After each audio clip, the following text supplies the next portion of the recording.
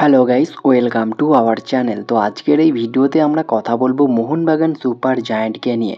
তো ভাই আর কোনো সমস্যা থাকলো না।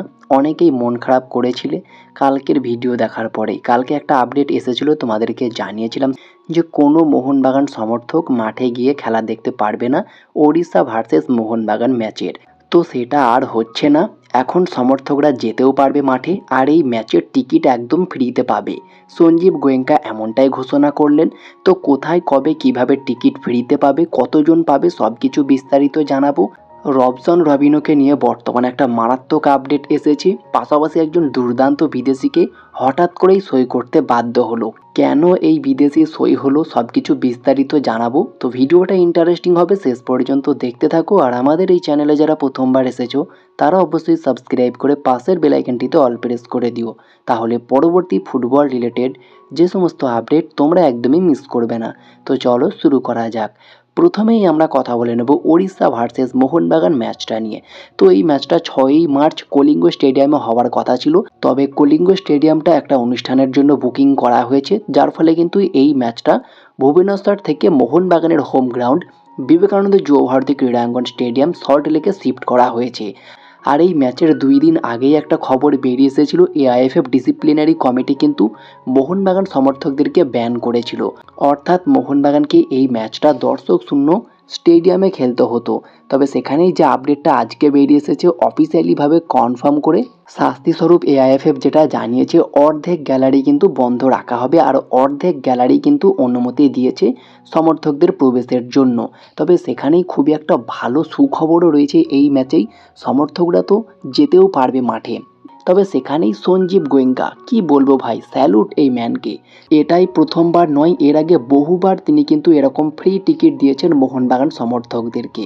তো আরও একবার দুর্দান্তভাবে কিন্তু সুখবর জানালো এই ম্যাচেই, যেখানে সমর্থকরা প্রায় হতাশ হয়ে গিয়েছিল ম্যাচটা দেখতে পাবে না বলে। তবে সেখানেই অর্ধেক গ্যালারির অনুমতি তো পেলই, পাশাপাশি ফ্রি টিকিটের অ্যানাউন্সমেন্টও পেল, যেটা সঞ্জীব গোয়েঙ্কা নিজেই জানিয়েছে। তো কতজন পাবে? তো যেমনটা খবর পাওয়া গিয়েছে, এই ম্যাচের জন্য মোট 15,000 টিকিট ফ্রিতে দেওয়া হবে।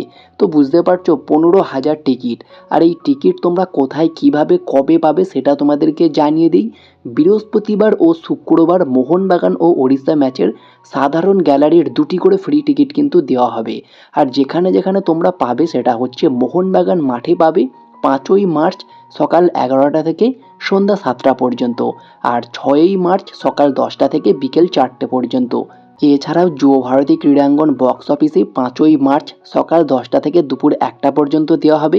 পাশাপাশি যারা বেলেঘাটা থেকে আসছেন, বেলেঘাটা জনসংঘ ক্লাবেও কিন্তু 6ই মার্চ মানে ম্যাচের দিন সকাল 10টা থেকে বিকেল 4:30 পর্যন্ত টিকিট দেওয়া হবে। একজন 2টো করে টিকিট পাবে একদম ফ্রিতে। 15,000 টিকিট কিন্তু একদম লিমিটেড করে রাখা আছে এই ম্যাচের জন্য। তো অবশ্যই যাও, তাড়াতাড়ি টিকিট নিয়ে নাও। আজকে থেকেই টিকিট কিন্তু পেয়ে যাবে তোমরা। তো অবশ্যই দেরি করো না, টিকিট নিয়ে নাও এই ম্যাচটা একদম ফ্রিতে দেখার জন্য। আর সঞ্জীব গোয়েঙ্কার জন্য একটা অবশ্যই কমেন্ট করবেন, ভিডিওটাতে লাইক করবেন। অবশ্যই এই মানুষটার জন্য একটা হলেও কমেন্ট করবেন। স্যালুট এই মানুষটাকে, সত্যি অনেকবার মন জয় করেছেন তিনি। তো এরপরে যদি আমরা কথা বলি রবসন রবিনোকে নিয়ে, তো রবসন রবিনোকে নিয়ে ম্যাচের প্রেস কনফারেন্সে সার্জিও লোবেরা জানিয়েছেন রবসন রবিনোকে নিয়ে কিন্তু ধোঁয়াশা থাকছে এই ওড়িশা ম্যাচে। তবে এখনও পর্যন্ত রবসন রবিনো কিন্তু দলের সঙ্গে অনুশীলন করছেন। তবে তার চোট যে খুব একটা সিরিয়াস এমনটা নয়। যেমনটা আমার মনে হচ্ছে, রবসনকে হয়তো একটু রেস্ট দিতে চাইছে প্রথম থেকে না খেলিয়ে, এবং পরে তাকে সাবস্টিটিউট হিসাবে আনতে পারে। যেমনটা আমরা ম্যাচ প্রিভিউর ভিডিওতে আলোচনা করেছিলাম যে প্রথম থেকে হয়তো লিস্টনকে খেলাতে পারে লেফট উইংয়ে, এবং পরে সাবস্টিটিউট হিসাবে রবসনকে আনতে পারে। তো সেটাও কিন্তু অনেক বেটার হবে। তবে সেখানেই হঠাৎ করেই এক বিদেশিকে কিন্তু সই করালো আইএসএলেরই একটি ক্লাব। কোন ক্লাব? তো সেই ক্লাবটা হচ্ছে কেরালা ব্লাস্টার্স এফসি। আর কেন সই করালো? তো তারা তাদের গিনির ডিফেন্ডার ওমর বাহকে কিন্তু অফিসিয়ালিভাবে থ্যাংক ইউ জানিয়ে দিয়েছে। হঠাৎ করেই কিন্তু এই সিদ্ধান্তটা নিয়েছে কেরালা ব্লাস্টার্স এফসি, এবং যেমনটা খবর বেরিয়ে আসছে তারা কিন্তু একজন সেনেগালের ডিফেন্ডারকে সই করিয়েছে, যার নাম ফালু এন্ডিয়া। আর ফালু এন্ডিয়া একজন 24 বছর বয়সী সেনেগালের সেন্টার ব্যাক। বর্তমান মার্কেট ভ্যালু 20 লাখ টাকা। আর তিনি কেরালাতে চলেও এসেছেন, কেরালা দলের সঙ্গে অনুশীলনেও নেমে পড়েছেন। এবং অফিসিয়ালিভাবে তাকে রেজিস্ট্রেশনও করে নেবে পরের ম্যাচের আগেই। আর কেরালা দলের বর্তমান পারফরমেন্স তোমরা দেখতেই পাচ্ছ, খুবই খারাপ বলতে পারো, যার ফলে হয়তো এই সিদ্ধান্তটা নেওয়া হয়েছে। তো দেখা যাক এই সেনেগালের ডিফেন্ডার কতটা ভালো পারফর্ম করে কেরালা দলে। তো এই সমস্ত আপডেটগুলোই তোমাদেরকে জানানোর ছিল, জানিয়ে দিলাম। ভিডিওটি ভালো লাগলে লাইক শেয়ার কমেন্ট করে আমাদের চ্যানেলটিকে সাবস্ক্রাইব করে দিও, পাশে থাকা বেল আইকনটি ক্লিক করতে একদমই ভুলো না। তো দেখা হচ্ছে নেক্সট কোনো ভিডিওতে। Bye bye, have a good day.